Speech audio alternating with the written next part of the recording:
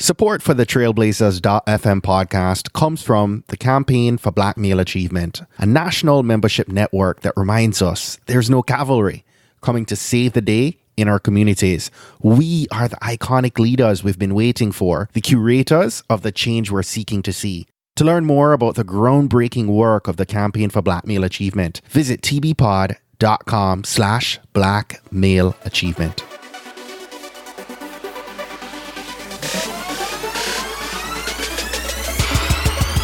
You're listening to the Trailblazers podcast, where we will explore the stories of successful Black professionals. Join us as we highlight the knowledge, resources, and tools of these accomplished trailblazers to help provide the know-how, confidence, and motivation you need to blaze your trail.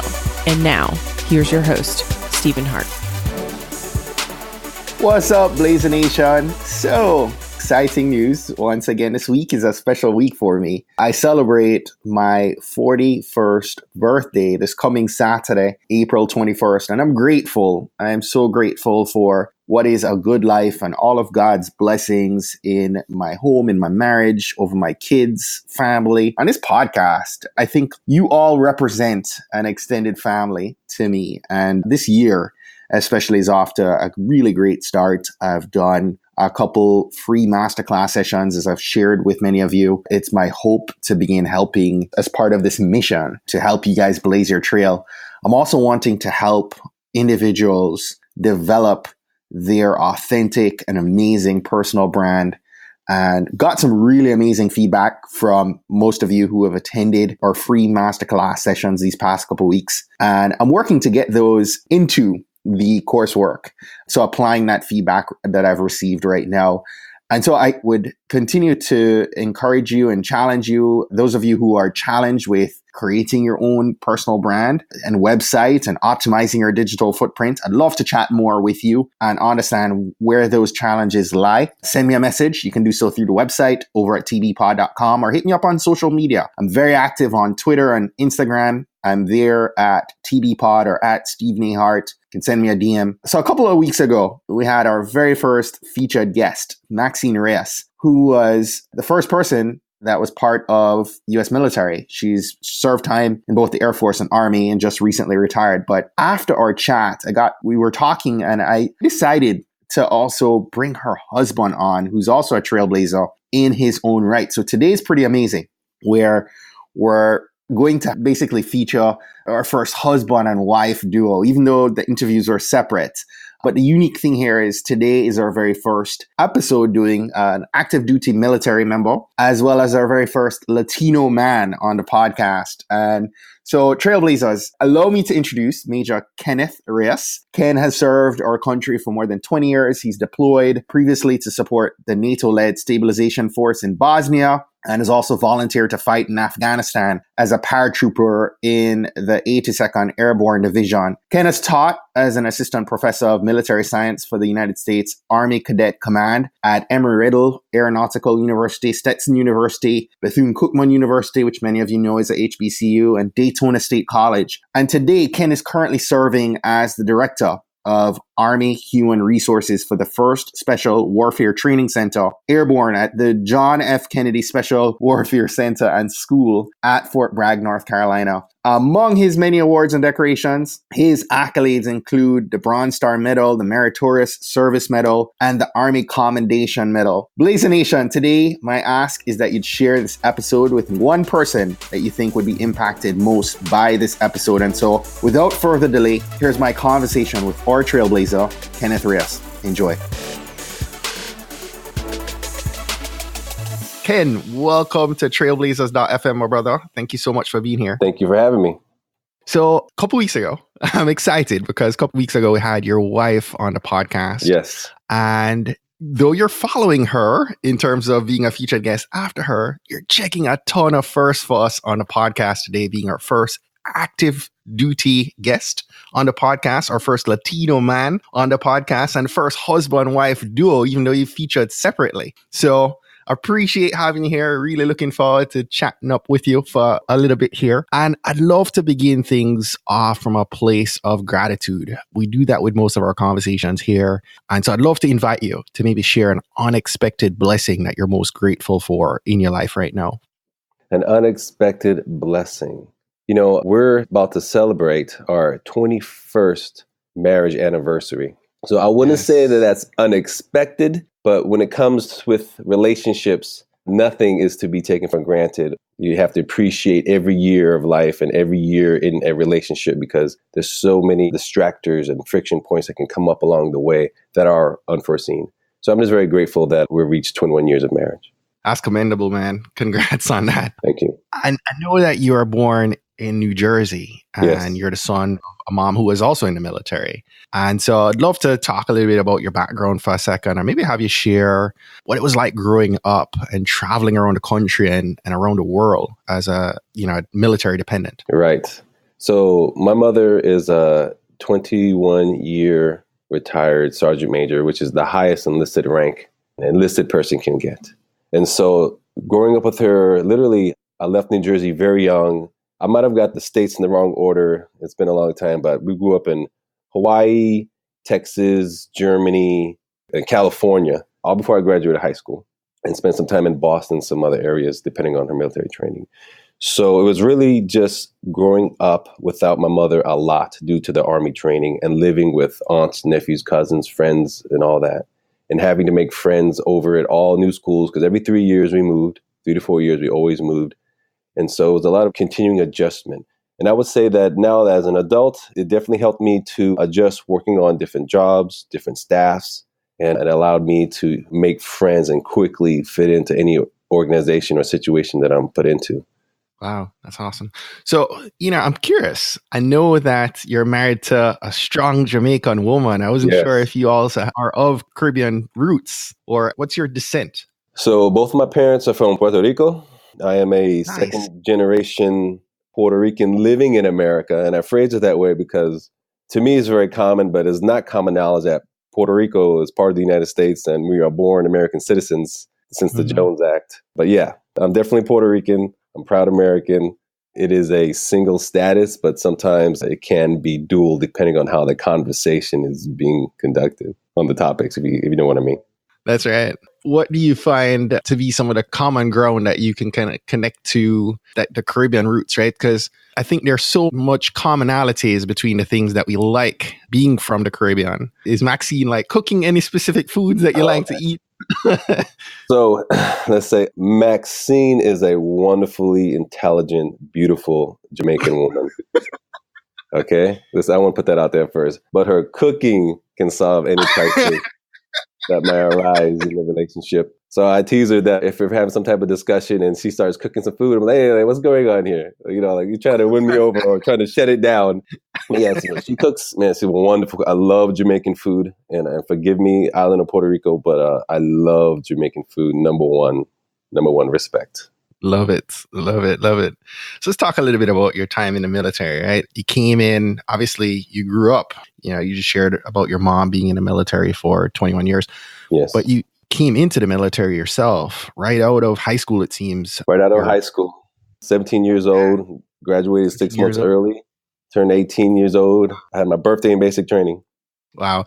And so you've now spent 2 decades in service to both the Air Force and Army. You've deployed now to, Bosnia and Afghanistan, spending years at a time fighting for our country. And, I wanted to pick your brain a little bit and ask, what are some of the most challenging parts of having to navigate and make it through some of these lengthy deployments, right? So, this is a question that, we get posed commonly as soldiers, and the answers are very much similar.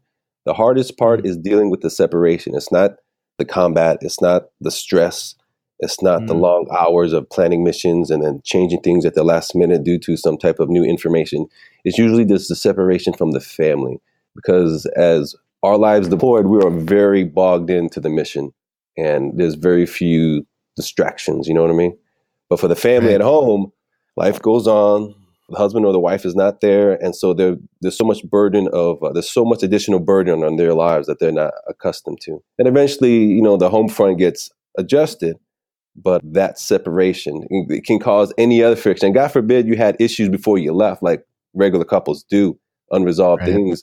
Then that deployment can cause so much additional friction points that while they're not necessarily inherent to the problem, they can just agitate it to the point where things are said out of anger, out of frustration that wouldn't normally be there if a service member was at home with their wife or husband. So yeah, the separation for me and many soldiers is the hardest part. And it's a broad stroke, not just for you, but you've also noted that amongst other soldiers as well. No, absolutely. Yeah, no, I'm definitely speaking for myself, and I can definitely speak for, hundreds of thousands of soldiers that I've either come across, have known, or read literature on and experienced with, and just even by passing. Family stress is always, well, not always, but is very greatly the number one most difficult aspect of fighting in a combat zone, which might some people find kind of as an odd answer because they would think that the violence of the activity and just the long hours and things of that nature. But just, keeping the family secure at home because you're powerless to support them if anything happens. We just cannot pick up and go. So let me ask you, as we talk about this, what do you wish more men, and I know, we're going to talk about mentorship in a second here and your leadership, but what do you wish more men, especially in the military, understood about depression and about, managing their mental health, especially in those type of environments where you're away from and separated from your family? Men in the military, I've been in for a long time, so I've seen how the military has grown with accepting mental health as far as not being a stigma and just being another aspect of a soldier's life as it is in a regular person's life. And so, there's a lot of time and energy spent into removing that stigma and just allowing us the care and providing it and giving us access. And so the Army has done that very well. Oh, the Department of Defense, we have done that very well in all the branches. And so, we are very well versed. Now, the trick is this. I would just hope that men in the military would overcome their own personal pride and their own personal biases, if they have it, and seek help when needs to. I was part of an Army program called STARS, where we got volunteers I've helped get 36,000 volunteers to take this survey ran by the University of Michigan, I believe, where they tried to get a profile of a baseline of mental health to predict suicidal behavior. And I was only responsible for 36,000 samples, and my other fellow commanders at the reception companies were gathering their own groups of 36,000 because, the bigger population sample you have is more reliable of the data that you can draw from these types of tests. And so we put lots of energy in trying to even develop a pattern of just a psychological evaluation of what patterns tend to make someone more subject to stress that will cause suicidal thoughts and ideations. So we put a lot of time and effort into it. Wow. Appreciate you sharing that. So let's talk a little bit about mentorship, right? I understand that mentoring is something near and dear to you, and especially leading minorities, right? What fuels that passion? I can tell you what fuels it absolutely is when I was growing up, there was very little mentorship from someone who looked like me being provided. Maybe that was due to coming up in the military. Maybe that was due to always being, traveling around with my mother. But I received mentorship from many people, but none of it was necessarily someone who looked like me. And so it became important to me. I don't know if Maxine mentioned it, but, I came in the house with a single mother. So, to include a father wasn't there to provide mentorship growing up. And so as I got older, it just became something that I naturally gravitated to, was mentoring young men in college. I do that a lot through my fraternity, Lambda Theta Phi, Latin Fraternity Incorporated, where we do a lot of, that's the end game of my fraternity, is to mentor Latino males to ensure that we graduate college. And then, as an alumni member, it allows us to provide mentorship as adults, as these young men, now that they're out of college, they can transition into life decisions and job decisions and things of that nature. So mentorship has always been a big deal to me, but absolutely, it was driven by the lack of it in my life growing up. And so I know you speak to that. So you're definitely able to empathize and connect with young men, especially now as a leader yourself. But how do you go about, what's your process to go about mentoring and guiding young men to finding their purpose, right? And stepping into what their adult lives might hold? Well, the first step is very much making yourself available. And that gets kind of tricky as your life becomes complex with family, children, wives, and your own work. But as an adult mentor, you have to make yourself available. And Fortunately, my profession makes one of my number one priorities is to provide mentorship to future leaders in the military.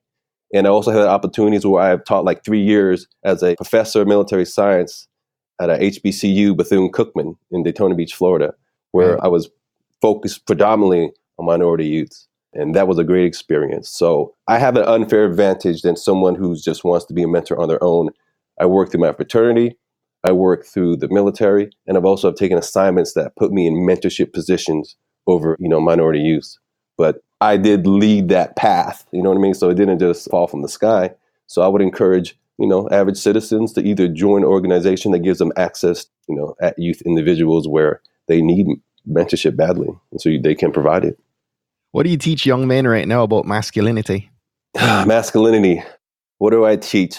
Well, I know one thing. I say I don't really teach anything because masculinity is taught it's prevalent in American culture. You cannot get away with what is masculinity driven as far as, the way we behave, the way we talk, the way we dress.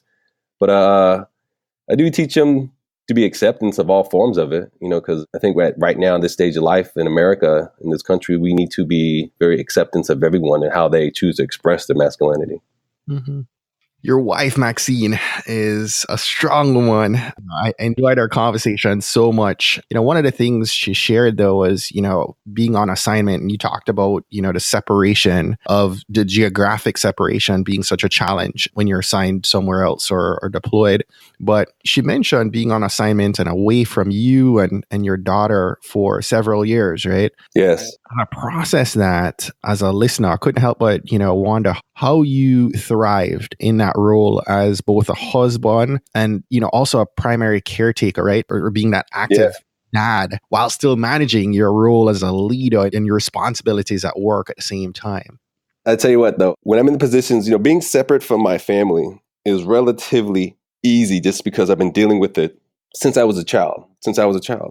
But when it's me and Victoria by ourselves, I tell you, I have a great appreciation for what my mother went through because she was that military soldier trying to go to school and raise two sons. And so, yeah, absolutely. So it really just takes a concerted effort to be, I'll tell you, I run it just like I do. I run it like in the military.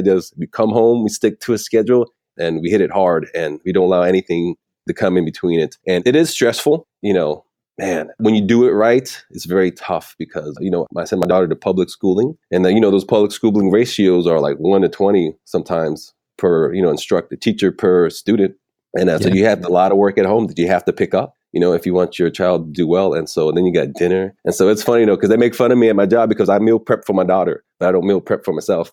So, they tease me, stuff like that. It's just a lot of work. It's a lot of work and you have to be committed and you just cannot slack off. And I'm very glad when Maxine comes home. I have no idea how you do it because my wife will go away for a trip for 10 days and I'm like, I'm freaking out. It's tough. Yeah. And that's real, right? Being a parent and then working at the same time and managing everything. And these great women that do it full time, Yes. So much respect, So Ken, as we prepared for the talk, you'd said something, you'd shared that, relationships are best fixed by focusing on oneself first. Yes. And to that point, I wanted to ask you, how can we go about improving the relationship with ourselves? Well, literally, I was incapable of really focusing on it until one day. I remember me and my wife, we just had another argument over something. Of course, all these petty arguments that we have in these relationships seem so important at the time, but they're really just like side things there's a root problem. And quite often we argue about other things than the actual root problem that's causing decisiveness in our relationship. So what ended up happening one day, I just call it an epiphany. I was in some type of drive-through somewhere and I'm sitting in my car and I was pretty unhappy as the way things were going. And then I said, you know what, Ken? And I was talking to myself, third person, very pompous, but I was at the time. I said, Ken, just stop worrying about trying to fix, and I say the quotations, you can't see them, but they're in my hands. Stop trying to fix your wife and just fix yourself and just go with that. Because in every relationship, people know one side or the other. We already have the laundry list of things that our spouses either want us to see us change or they don't like about us. Some of them we can agree with personally, and some of them we can say, no, I disagree with. Because if I just like this particular behavior, this is just who I am. It's part of my character. I don't see nothing wrong with it. But then there's other things that we know as couples, we can work on these type issues. But I just decided to change those in myself. But it was really just like a moment of, I call it, I was defeated. I was defeated in trying to change this other human being because it doesn't work. Short term, you can get short-term gains, but those short-term gains will build up to long-term resentment. And so I decided just to work on myself to see how that was. Because I was like very young, and I knew there was lots of things I need to improve.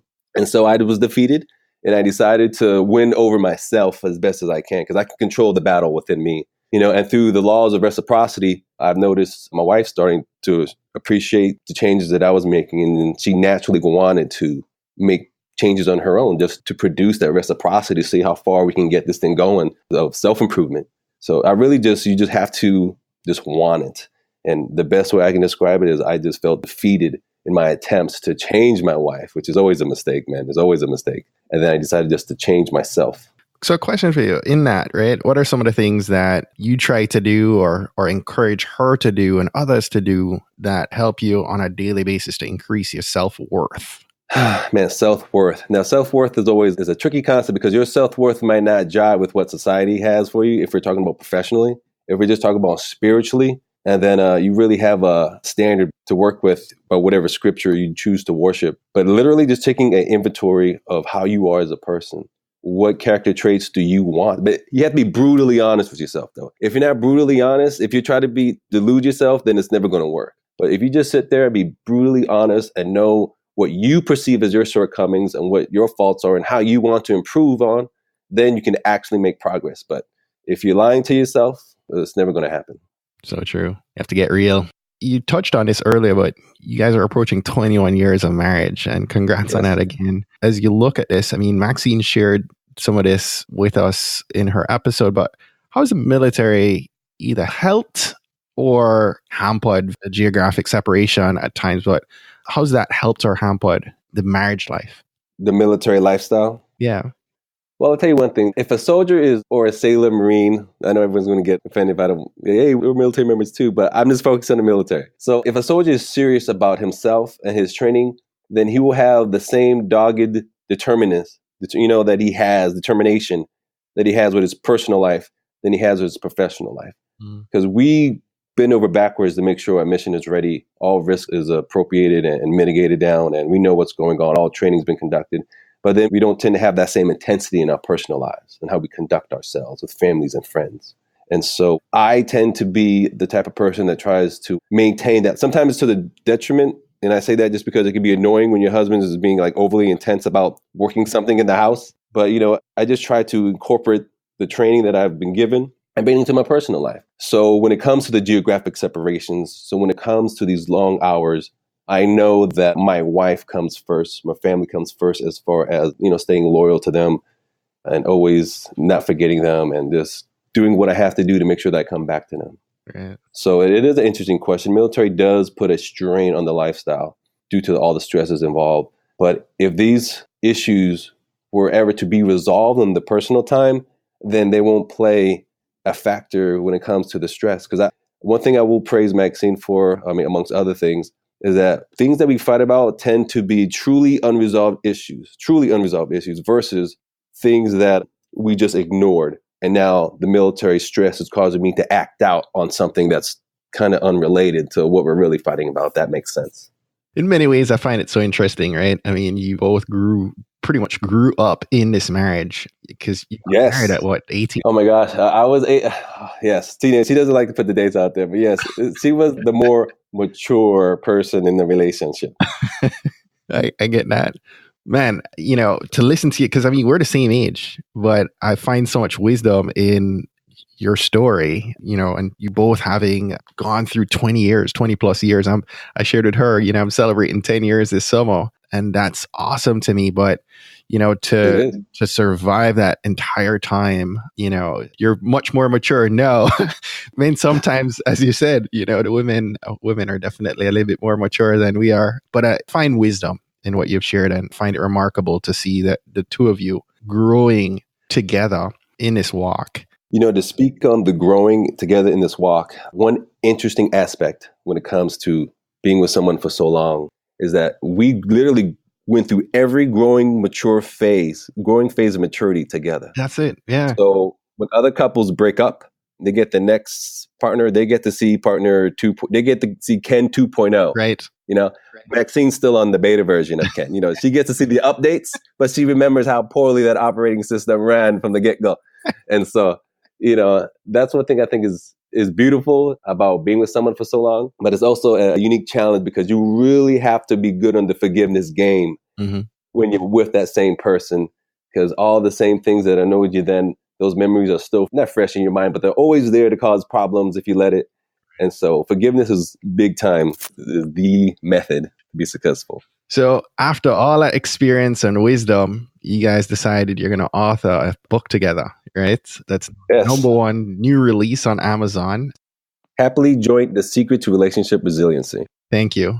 We heard Maxine's take on relationship resilience, and I wanted to get the brother's tips from you on how we as husbands can help our wives, help our relationships, and not only to survive, but to thrive. So I invite you to share your wisdom on parts of the book that you found important to share.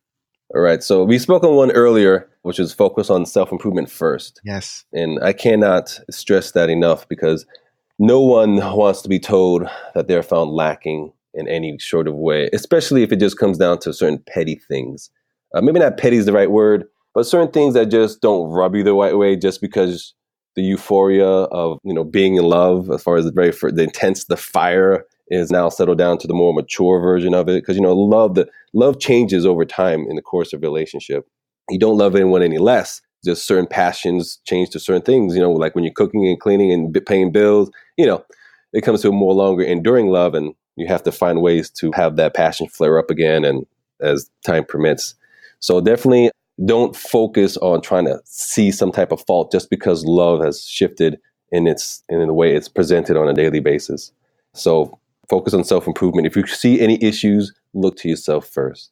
Another great one is for working professionals, that balancing that work and home balance, life-home balance. Yes.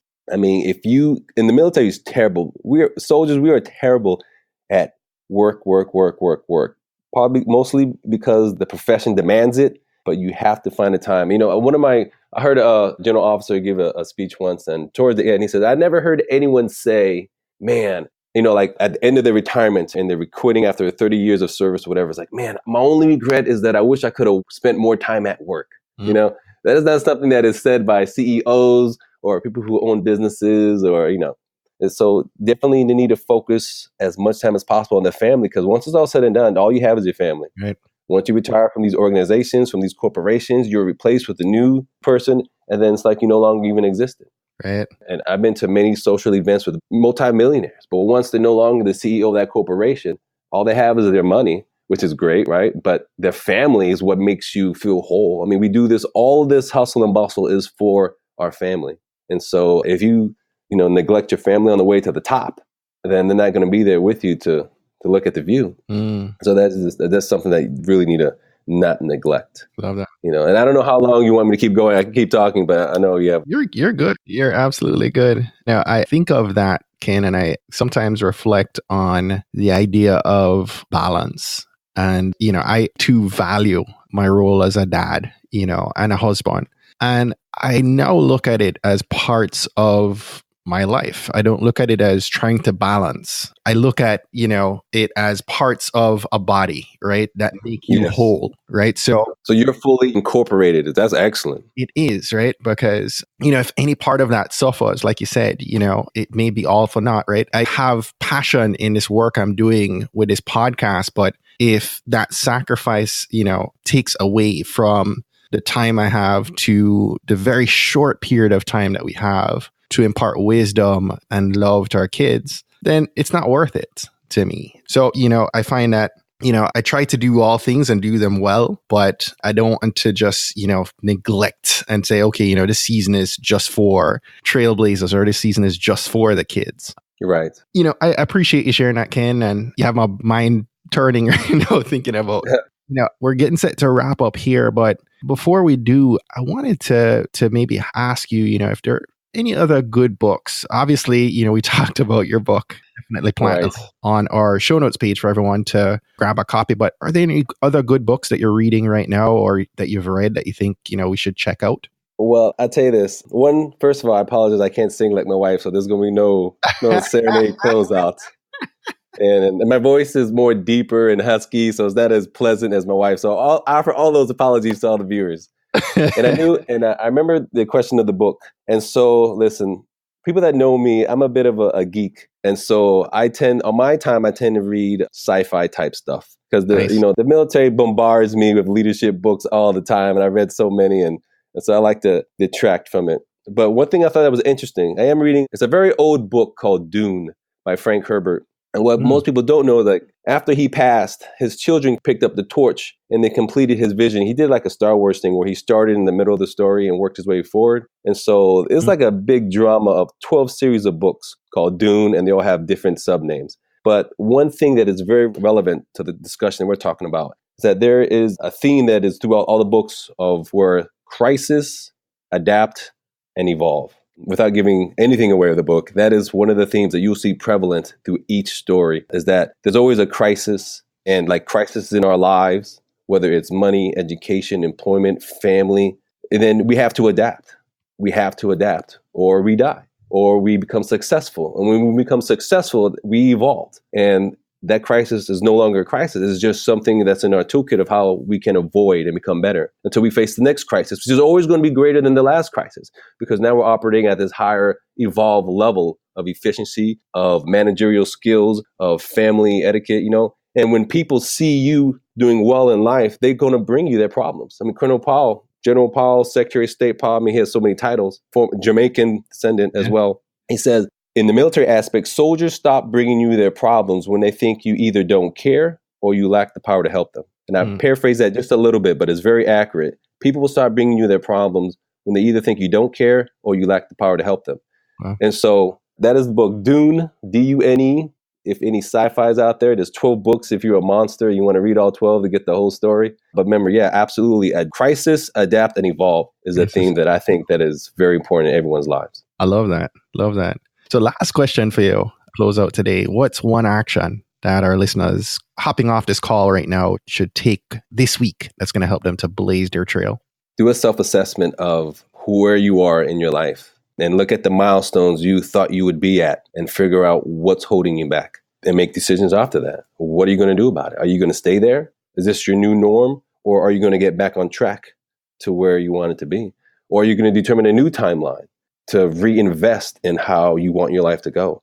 But self-assessment is very critical. Honest self-assessment is very critical. So I would encourage them to jump off the phone or the computers or the iPads and just really say, man, where am I at in my life? Is this where I want to be? Am I happy here? Because sometimes priorities change. But you don't want to be caught out in the tail end of life thinking, man, I wish I could have, I should have.